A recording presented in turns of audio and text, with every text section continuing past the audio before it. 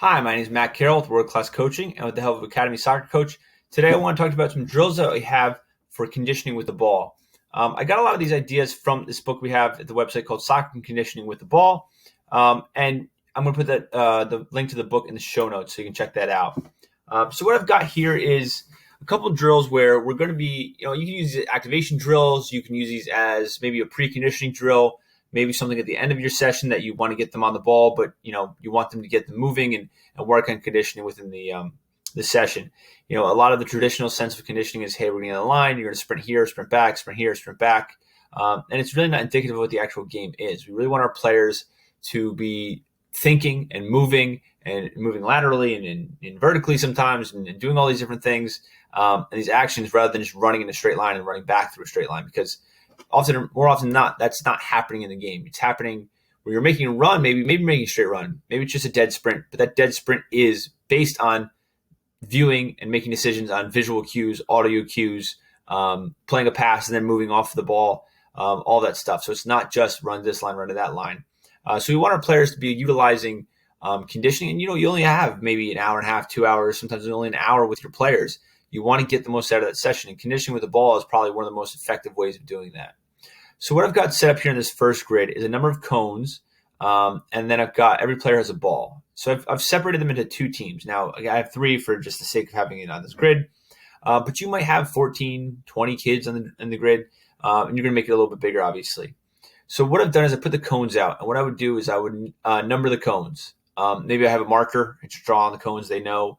Maybe I color code them if I have enough cones with different colors or something like that. But maybe we make it so it's 1, 2, 3, 4, 5, 6, 7. And then each team has a B, and a C player, A, B, C. We have the players dribbling. Maybe we're doing something where we're doing some footwork skills. So maybe I call out a move, pull a Maradona, and they pull a Maradona. And then maybe I call it Cruyff, you pull a Cruyff. Maybe we have some kind of verbal cue where they have to make a connection. So I call out a color. And if I call out a certain color, they have to pull their move. So they're dribbling with this in this grid. They're moving around. Maybe we have them dribbling only left foot. Maybe we have them, doing a pullback, whatever it may be. So then as a coach, I'll call out a number and a letter. So I'll call out, let's say this was cone 1. Right, we'll put cone 1 right here. And I call out A. This is A for black, this is A for yellow. They leave their ball. They immediately must sprint, touch the cone, and run back. All right. And the loser maybe has to do something like fitness, like a 5 jumping jacks, something like that. So what we're doing is, yes, they're on the ball. They're focused on their skills, but they're also looking out for visual and audio cues. They're looking for where the cones are, where the numbers are. They're looking to hear when it's their time to go. And then they're executing that conditioning within a field session where they're dribbling the ball, they're making those reads, and they have to then sprint and come back. And so they're getting the conditioning out of it, but it's within a number of different parameters. It's not just run to a line. So we go around, and then maybe we go, this is cone 3, and I go C, and this is C for yellow, and C for black. Black runs, comes back there first. Yellow needs to do some conditioning now. We can vary this. Then I like to kind of make it make it very simple, numbers and letters. And then maybe we make it a video game they like, different video games or different colors, just changing up and modifying the visual and audio, visual and verbal cues to try to challenge them mentally. So it's not just about, okay, can you run to the spot and run back? Can you make the right decision at the right pace, at the right time, as fast as you can? So we're varying that a lot. Maybe even we do this. We throw in a goal here, maybe full side goal, maybe it's a pug goal. We throw in a goalie here. There he is. He runs in here. So when I call out 1A, yellow runs, yellow gets back. They're the first one there, and they can get a shot off or dribble towards the goal and try to go 1v1 with the keeper. And the first player to score, they get the points. So it's about sprinting, getting to the ball, and then accurately controlling a ball to make a finish. Okay? So a lot you can do with this. Again, the verbal cues, you make it fun, especially for the younger ages where you're pulling in, TV characters they might like, or maybe there's some inside jokes within the program, or whatever it is. It's just to get them thinking about, and when they hear things, registering. I've heard this thing, I've seen the field. I have to make the right call as fast as possible, and then adding the conditioning within it. Next thing we can do, I like to do this one where we're the players and every cone means a move. So let's say yellow is a Cruyff turn. So then we'll pull in a bunch of orange cones next. So I'll just do, it's very simple. Yellow cones, Cruyff turn. Find as many yellow cones as you can. Do as many Cruyff turns as you can. Maybe orange, it's Maradona. So find a yellow cone, then an orange cone, then a yellow cone, then an orange cone. So you've got them moving around. They're going to spots. They go to this, they go to that, they dribble. Make it a challenge. How many times were you able to pull a Cruyff turn? How many times were you able to pull Maradona? How many times total were you allowed to pull the move? Were you able to pull the moves? Just getting them going. Then maybe we pull out blue cones.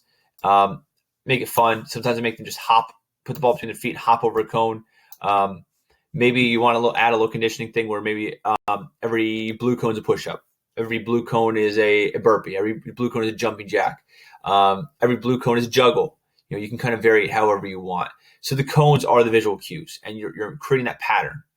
And the final one that I would kind of want to get into, and this one kind of depends on how you have available. It takes a lot of prep work, but maybe we letter each one of these cones. And we have the coach maybe standing over here. Mark him as a goalie color, but coach is over here. All these are lettered. And again, we're thinking not just physical conditioning. We're running around, we're moving as fast as possible, we're cutting, we're juking, whatever it is. But we want to have mental activation as well. We want them thinking. Okay, we want them to be able to still think while they're moving as fast as possible, while they're getting tired, while legs are getting tired, legs are getting heavy, you're huffing and puffing. Can you still make the right decision? So we put letters on all of these cones. And what we have the players do is they have to spell out as many words as possible. And we maybe even make it so like Scrabble. Maybe the longer the word, the more points you have. So if you spell it cat, it's 3 points. If you spell it expialidocious, it's however many points that is. So you have players. This player goes, he's got the ball, C-A-T. Awesome, runs to the coach, sprints to the coach, cat, runs back with the ball, gets back into it, and tries to find another word. So they're moving. Maybe they're going slower because they're having to think about the word. They're dribbling slowly to keep the ball close to them. Then they find a word. I remember where the T is. He sprints across the field to find the T, sprints to the coach. So we're challenging them mentally as well as physically. We're looking for them to make quick cuts. We're looking for them to have the ball. We're looking for them to turn. We're looking to avoid other players.